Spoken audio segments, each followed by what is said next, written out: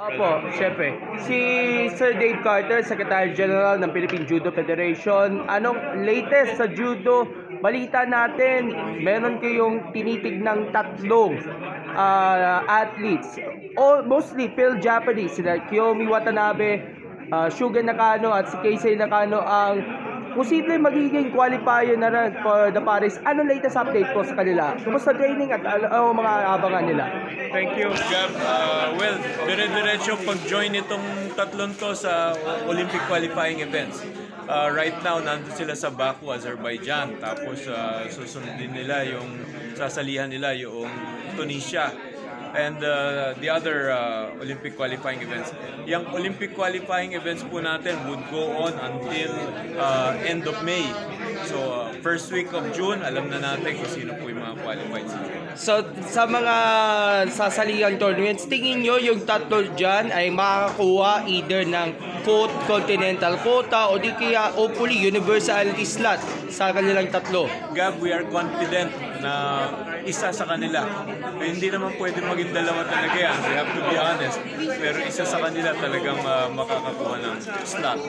Okay, let's go now dun sa inyong mga programa recently, yung Judo Coach Dispatch. Meron kayong 4 na former judo champions na pumunta sa Rizal Memorial.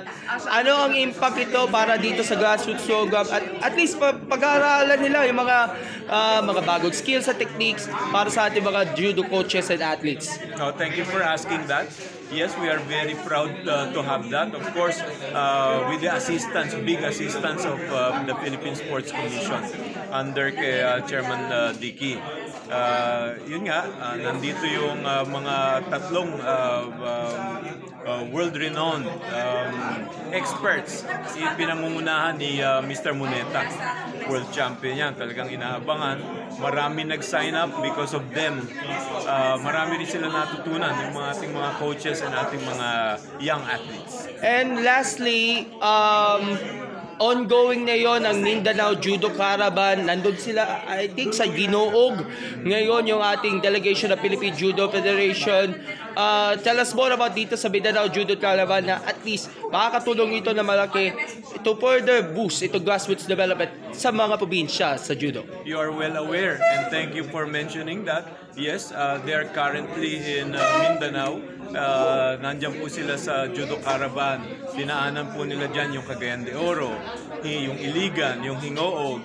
Tapos po, and then of course, yung Davao, dadaanan din nila and the other places. This is intended for grassroots program, Gab. Project po ito ng PSC also, of course, na ni Undercom Walter Torres and also si Coach Noli Ayo. Okay, Sir Dave, ang iyong imbitasyon, mensahe na lamang po sa lahat ng mga taga-supporters sa sports, especially sa pag-cheer natin sa ating mga judo athletes, both local and of course si Phil Japanese na lalaban sa mga Olympic qualifiers. Pero bago magbigay ng mensahe, ano mga asahan nating tournaments para sa ating Philippine Judo team for this year? Well, of course, mayroong pinaplano si President Ali Sulit na magkakaroon tayo ng national championships either this April, mid-April. Yan din po yung gagawing selection ng national team. Okay, mensahe niya lang sa ating mga taga-suporta, Sir Jay. Please continue to support judo. Alam niyo po, napakagandang martial art po nito, lalo na po sa mga bata. Ito po recognized ng UNESCO as one of the safest sports for kids because it teaches our kids how to fall without hitting the head, without breaking the arm. Alright, Sir Jay, maraming salamat and best regards po kay President Ali Sulit, our good friend of mine. Thank you. Balitaan nyo kami sa mga latest updates. Thank you, yeah. Thank you very much. Thank you so much.